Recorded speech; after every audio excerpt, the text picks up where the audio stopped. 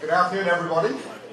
So my name is Singh, and I wear many hats, but today the hat I'm going to be wearing is YYChelps, and there are some other team members here. But one of the things that I do work with Derek, and I really wanted to discuss today a lot about what happened here during the flood and what we did and how Sugar really did help make this happen.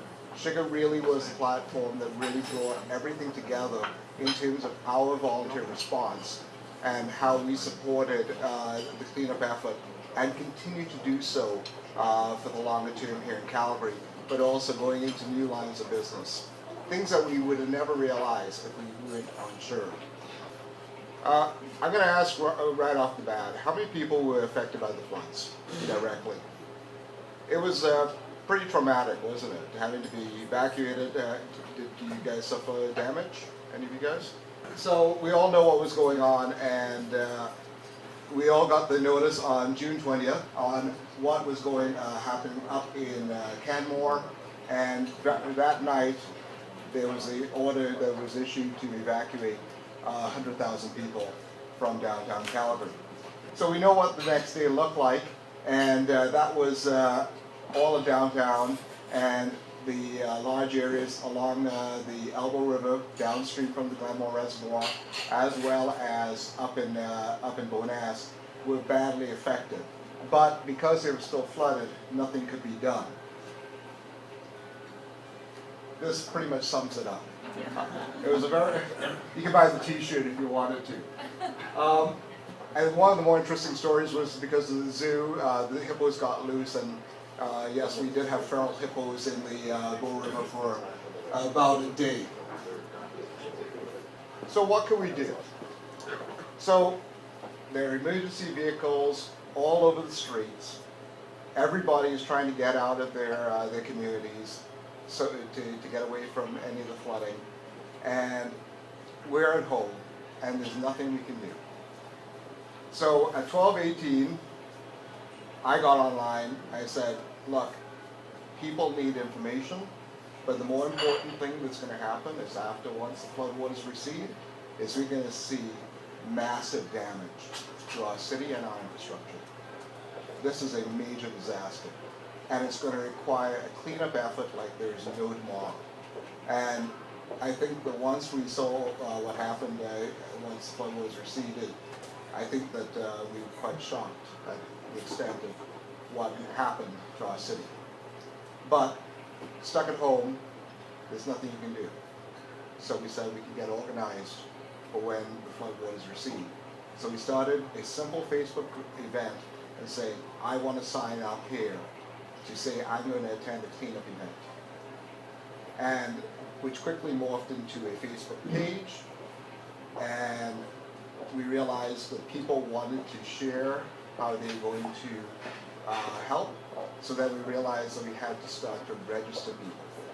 So here are 4 people who seemingly may not have known each other pretty much a year ago, but 2 hours ago. But you've seen Derek here, and I've been doing some work with Derek, and but the 2 other people here, Wendy Peters and Craig Dunn. Wendy and I would be the first point of intersection, where Wendy and I have known each other since about 2008, 2009, when we used to attend social media meetups. Wendy told me, by the way, I got this guy Craig Dunn, who's interested in helping out and just making sure that we're able to start to make this whole system work. The 3 of us said, look, this is how the system's going to work. One of us is going to man Calgary Cleanup. We're going to try and redirect people to the event page, and we're going to try and get people to register, and that way we can start to get people organized for when people are needed to go and clean up. We started off with a Google form, registered people, quite simply, and by the afternoon we had hit 1,000 people registered, and by the end of the day 4,000 people registered, and the Google Doc form was not working. We exploded it. And then we went to SurveyMonkey, and very quickly you breach a limit of what they were able to provide. Meanwhile, we got a rudimentary website up on GoDaddy, and we exceeded their capacity and bandwidth. Twitter, in terms of what we were doing, we exceeded all of their limits and they shut us down. This was becoming a major problem. And as you can see here, the traffic was just tremendous over the first 72 hours. So there was a lot of things that we just had to get. You had to call GoDaddy to open up bandwidth. We had to find a solution to actually solve how do we register people, but also how do we get everything up and running in a synchronous way to really address the longer-term problem of the cleanup effort and getting volunteers organized with potential volunteer projects. So we broke down our problem quite simply. We needed to manage our data better. We needed to address the volume of the traffic that was coming in, but also how we had to register people. We also had to understand the scale of what we were doing, because within 24 hours we were doubling and tripling, which doesn't take much when you're talking about 500 to 1,000, but when you're getting up to 10,000, it becomes insane. But also, we had a team that had to be quickly organized, and we also had to have something that really worked well with our operation. So, lo and behold, I said, I got the guy, and we actually have something that we are working on right now. And I said, Sugar is really going to be a good platform for this. It's not only about customer relationship management, it's actually about trying to organize all the data that we have to actually make it useful for a long-term effort. So, oddly enough, Derek also pitched Craig in the past to do some work, and so we got together, and one of the things that he talked about was intellect, and this is a product that we launched, and not to do some marketing around it, but basically it's saying, look, if you need a solution, let's think about it first to actually see how it fits in with your operation. What is your workplace culture? What are your data assets? And how do you work? And what's your business strategy and objectives? So very quickly, up we went. And this is from my living room. After we had a meeting with civic officials. And within a couple hours, we mapped out everything that we have to do using a process similar to what we do with Intellect. And what it turned into very quickly was, based on the Sugar platform, a registration system, a volunteer portal where people had full control of their information, and we also addressed all liability issues if you wanted to volunteer or not, which is actually a very big issue when it comes down to volunteer and not-for-profit organizations. But also, how we were able to access these registrations tied in with our overall operation, as well as have an intake process for projects when people we're identifying specific needs. So one of the things that we kind of joked about is, if you wanted left-handed carpenters in Bonas, we could find them, and we could go into our database of over 10,000 people at that time and actually narrow it down to the 20 people, send out a message, fill the ticket, and actually get the team out there. You wanted to get a team that was able to provide food. It was also able to provide cleaning supplies, and as well as if you wanted somebody to do your laundry, we could put together that team for you. We have to realize, and this is one thing I want you to realize very quickly, this was done within one day. We met on the Sunday to prototype this, and we made a lot of mistakes within 24 hours. We made a ton of mistakes. But we quickly learned, because of what Sugar provided us, on how to repair those errors quickly, so that we were up and running for when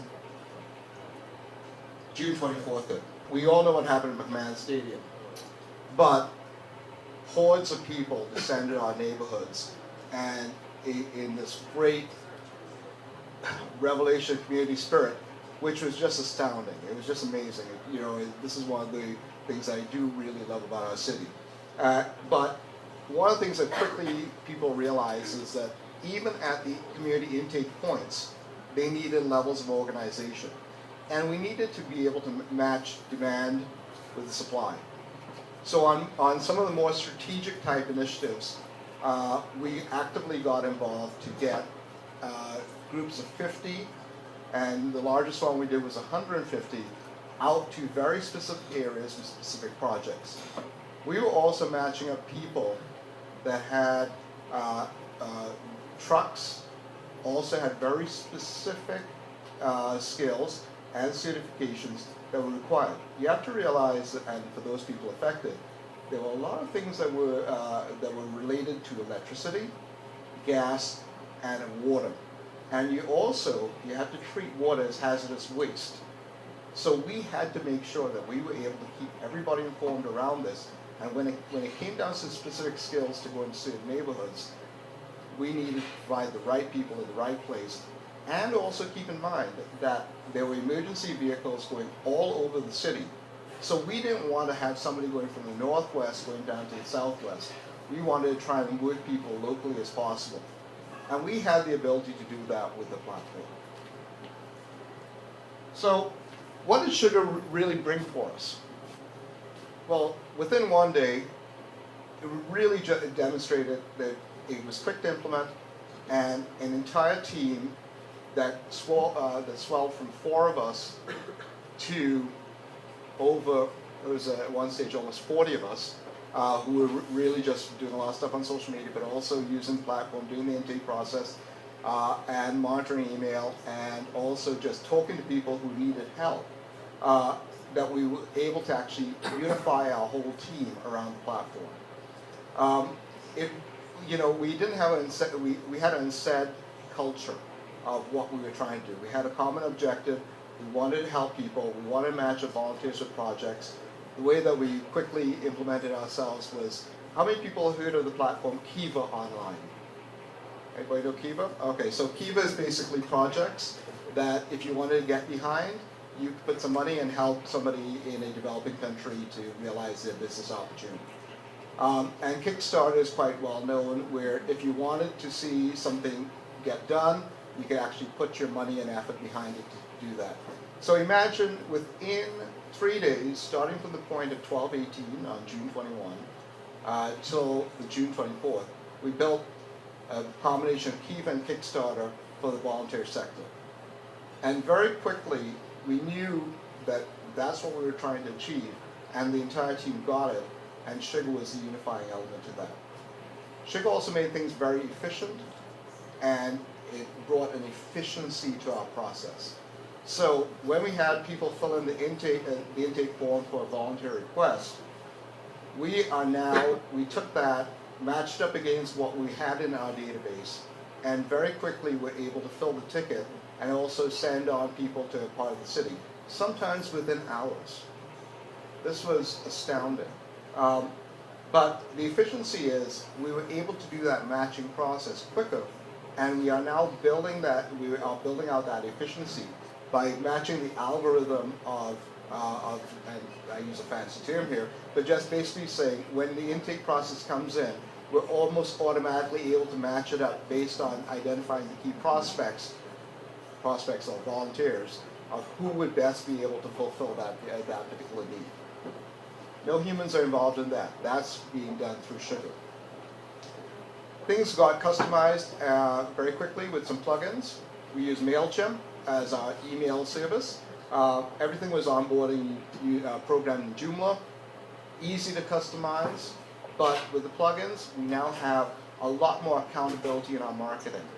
So anytime we do a push out for volunteer requests, we are able to see the response based on the plugin of Sugar to MailChimp to understand how our email marketing is working, or email information sharing, I should say more correctly.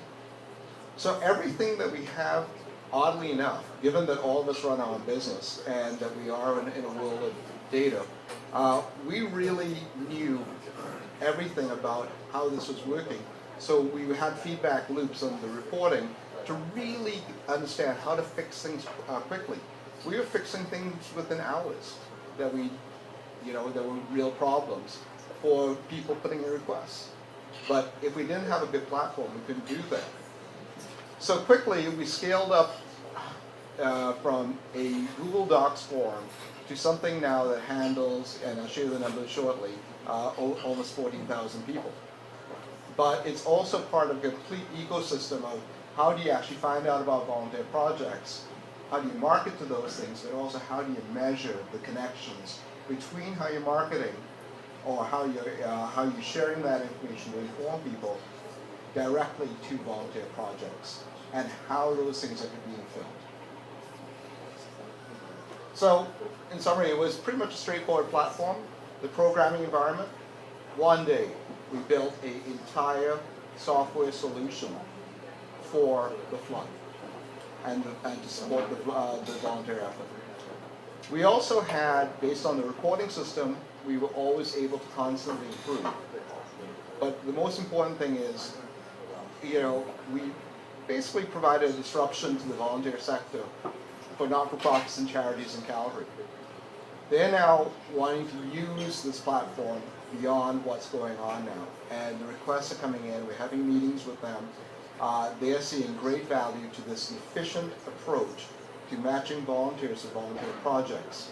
So we have created a new market, and we're making it easy for people to volunteer their time. So we've accelerated a lot of the innovation because we have a platform that allows us to test ideas. It also really allows us to keep pushing things out there in terms of constant improvement around the platform. But more importantly, it allows us to really prospect in terms of matching people with projects and targeting very specific groups. I just want to highlight a couple things here in terms of before we get to our final numbers. This image with the people in the boots, this is a very iconic, this has become a bit of an iconic image of the flood. It's now being used for flood aid. This had the most amount of shares, but it also helped us push more traffic based on a feel-good sensibility of this image with the boots to the YYC Help sign-up page. And one thing that I do is I have a social media segmentation, and one of the things that we saw at the Facebook page is that 3/4 of the users there, or the likes, are women. So that does have a very defined segment in terms of how they share information. So anytime I put pictures of guys working, they love that. So again, the strategy was there, which allowed us to get people to move over to the platform. So here's what our numbers look like. And you have to keep in mind that this is just about a month old right now. So we maintain a community at Facebook of over 40,000 people. We have almost 14,000 people who are registered and are staying there. We haven't lost anybody as yet, or any major numbers, I should say. And they are still getting engaged, they're still getting their newsletters, and they still want to be informed. Because they're starting to see we're now recruiting for things like Calgary Blues Fest, and we're getting involved in some other initiatives. We've now crossed 100 projects, and we have now matched up over almost 4,000 volunteers. And this is excluding individual one-on-ones. This is just straight ones that we did tickets, where there was a minimum of 10 people that were requested. I'm going to flag a couple of other things here. In terms of just some of our metrics, these are the number of unique visitors we've had, 3 minutes on the site. This is not in the Sugarcrm. The actual document takes a while to fill out. It has a high barrier of entry, so once they've filled it out, there's a high level of commitment. We see about 4 and 5 people from Calgary, and as you can see here, if you get the ecosystem right, you're able to keep directing traffic to fill out your tickets or get people engaged on your CRM platform. And this goes just way beyond what we're doing. We're working with the Red Cross, the City of Calgary, Canadian Bridges. We did a lot of recruitment for Camp Kiwanis, and NeighborLink, great partnership with them. And we are going forward with some other ideas. I just want to share with you a note here in terms of, we got a lot of feedback from people who were very thankful that we were just doing what we're doing. And honestly, this was something that we just said, this is our duty, and we also felt that this really democratized a lot of the flood effort. You know, I do have a bad back. I'm not going to go out there and dig mud. I do not have a mask. I do sometimes have asthma attacks. I'm not going to go and deal with dust. I'm good at organizing people. I'm good at pushing out information. I'm good at curating information. Craig is great at doing his stuff around databases and also being able to organize teams. Tremendously important role.